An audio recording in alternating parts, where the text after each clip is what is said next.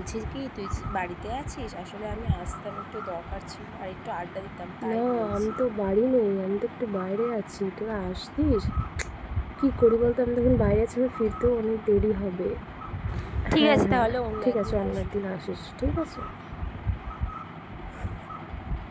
এক্ষুনি যদি বলতাম আমি বাড়িতে আছি, আমার ঘুমটা পুরো চটকে যেত আর এসে আমার মাথা খেত।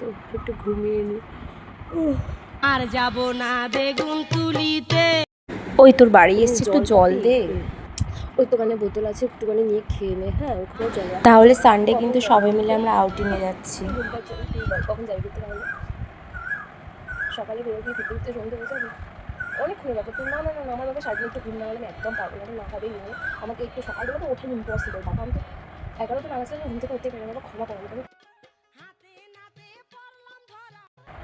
এ তুই কেন সারাদিন খেয়েছে? এত আমি সারাদিন ঘুমাস? ঘুমোই? হ্যাঁ, আমি ঘুমোই সারাদিন। তোরা কি করিস?